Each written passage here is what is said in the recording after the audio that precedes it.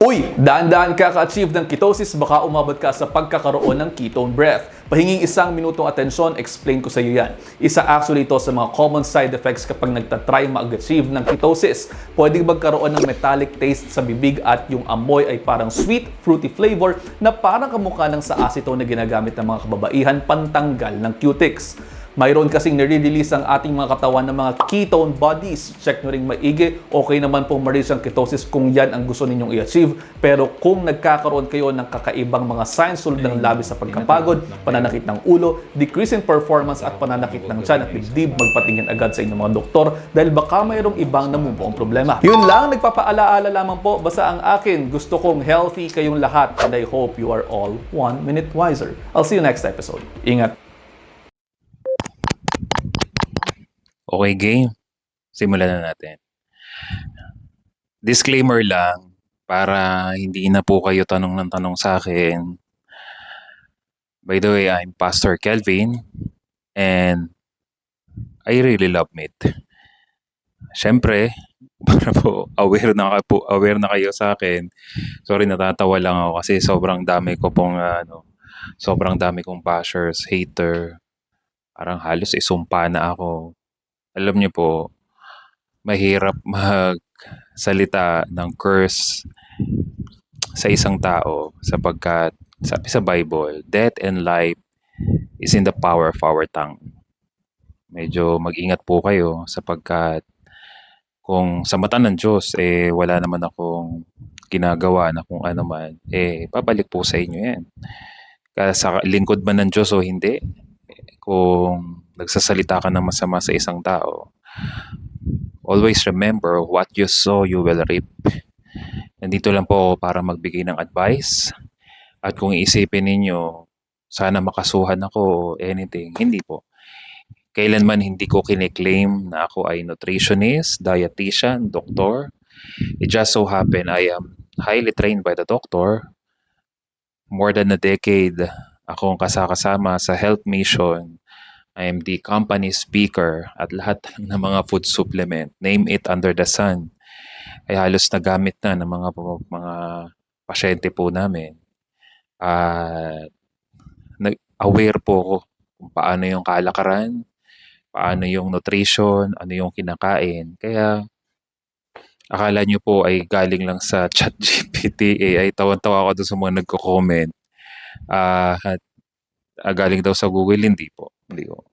Mahaba lang na talaga, more than a decade na ang karanasan ko. Kaya even though hindi po ako nag-aral, kasing galing ng mga dalubhasa, pero ginagamit ko po yung utak ko. Naging observant po tayo. Anyway, balikan na natin itong video na to dito sa doktor na to. Nakakatawa lang sapagkat kitang-kita mo talaga na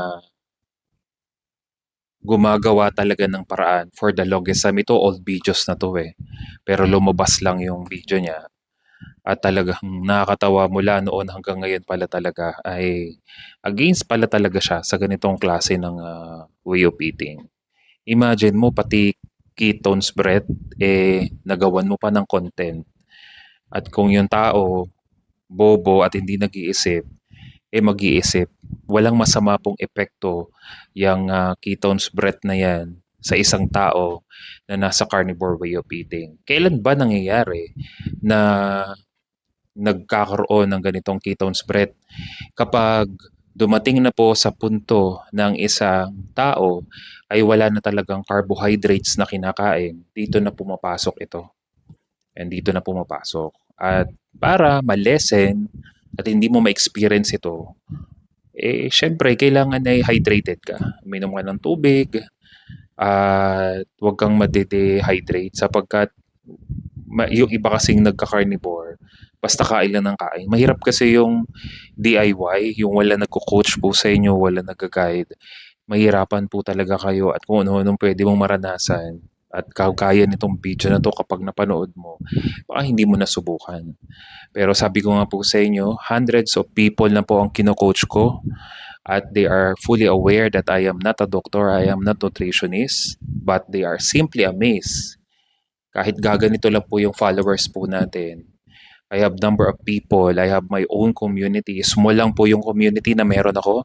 Ilalagay ko po yung group na meron ako. 3,700 members lang yan.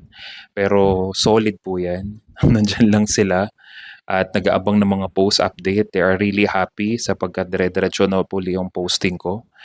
At lahat ng mga nagpo-follow sa akin sa Facebook page, hindi naman lahat yan talaga solid talaga na followers.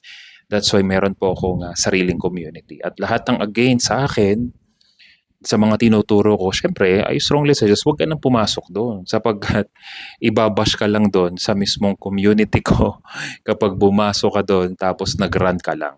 Diba? At sapagkat nandun yung mga tao na mga inayawan ng doktor na mismong ako po, ang iyong lingkod, sa biyaya ng Diyos, ay natulungan ko po sila. Kaya kung ikaw gusto mong pumasok sa carnivore way of eating, o low carbs diet, o ketones diet, ketones diet, welcome to the club. Wala po kayong dapat ikatakot sapagkat ang ketogenic diet is fit para sa lahat. Hindi po yan hindi po yan basta magdadalawang isip ka kung gagawin mo. So, yun lamang po. At huwag po kayong matakot. Safe po ang ketogenic diet. Think about it. God bless everyone.